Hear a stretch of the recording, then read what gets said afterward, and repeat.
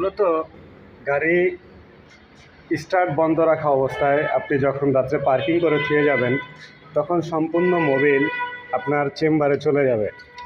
তখন আপনি যদি মোবিলটা চেঞ্জ করেন, অর্থাৎ প্রতি মাসেই যে একবার জেনারেল সার্ভিস করতে হয়, তখন যদি আপনি Mobil filter, air filter, AC filter start না করে ফার্স্ট টাইমেই যদি আপনি মোবিল চেঞ্জ করে নেন, তাহলে আপনার গাড়িটা ওই আলাদা কোনো ফ্লাশিং অয়েল দিয়ে জেনারেল সার্ভিস করার সময় ওয়াশ করা লাগবে না। কারণ অনেক সময় দেখা যায় কি গাড়ি নিয়ে গ্যারেজে যায় বা সার্ভিস সেন্টারে যায় বা যে কোনো দোকানে যায়, গিয়ে কি করে আপনার জেনারেল সার্ভিসটা করে। আমি বলবো যে আপনারা মোবিল সবসময় কিনে নিয়ে যাবেন, তারপরে হাউজে রেখে যদি জেনারেল সার্ভিসটা করতে পারেন, অথবা ওয়ার্কশপে গিয়ে গাড়িটা মিনিমাম 2 থেকে 20 থেকে আধা ঘন্টা, মানে 20 মিনিট থেকে আধা ঘন্টা বা 1 ঘন্টা রেস্ট করবেন। তারপরে আপনারা গাড়ি জেনারেল সার্ভিস করার চেষ্টা করবেন, এতে গাড়ির গুণগত মান বজায় থাকবে।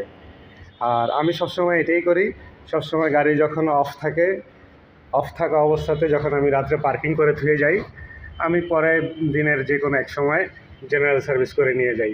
এই দেখতে পাচ্ছেন বন্ধুরা, আমি এখানে জেনারেল সার্ভিস বলতে মোবিল চেঞ্জ করব, তারপরে হচ্ছে লেগে মোবিল চেঞ্জ করব, মোবিল ফিল্টার চেঞ্জ করব, এয়ার ফিল্টার চেঞ্জ করে নিয়েছি এবং এসি ফিল্টারও চেঞ্জ করে নিয়েছি।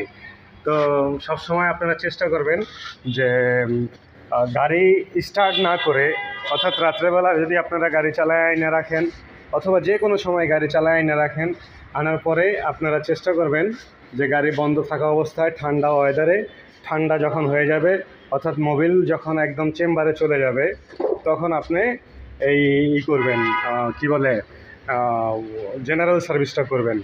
অর্থাৎ ওই যে বন্ধুরা দেখতে পারতেছেন, মোবিল ফিল্টারও খুলে নিয়েছি, ঠিক আছে।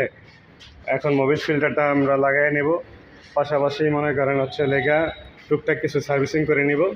তো যাই হোক, আমি এই যে ভিডিওর মাধ্যমে যে কথাগুলো বললাম, এইভাবে যদি আপনারা কাজ করেন, তাহলে জেনারেল সার্ভিস অর্থাৎ মোবিল চেঞ্জ করতে গেলে আপনাদের আলাদা ফ্লাশিং অয়েল অথবা লুজ মোবিল কিনে ওয়াশ করা লাগবে না। ধন্যবাদ।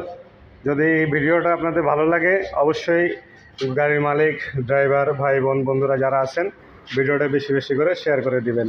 ধন্যবাদ। আসসালামু আলাইকুম।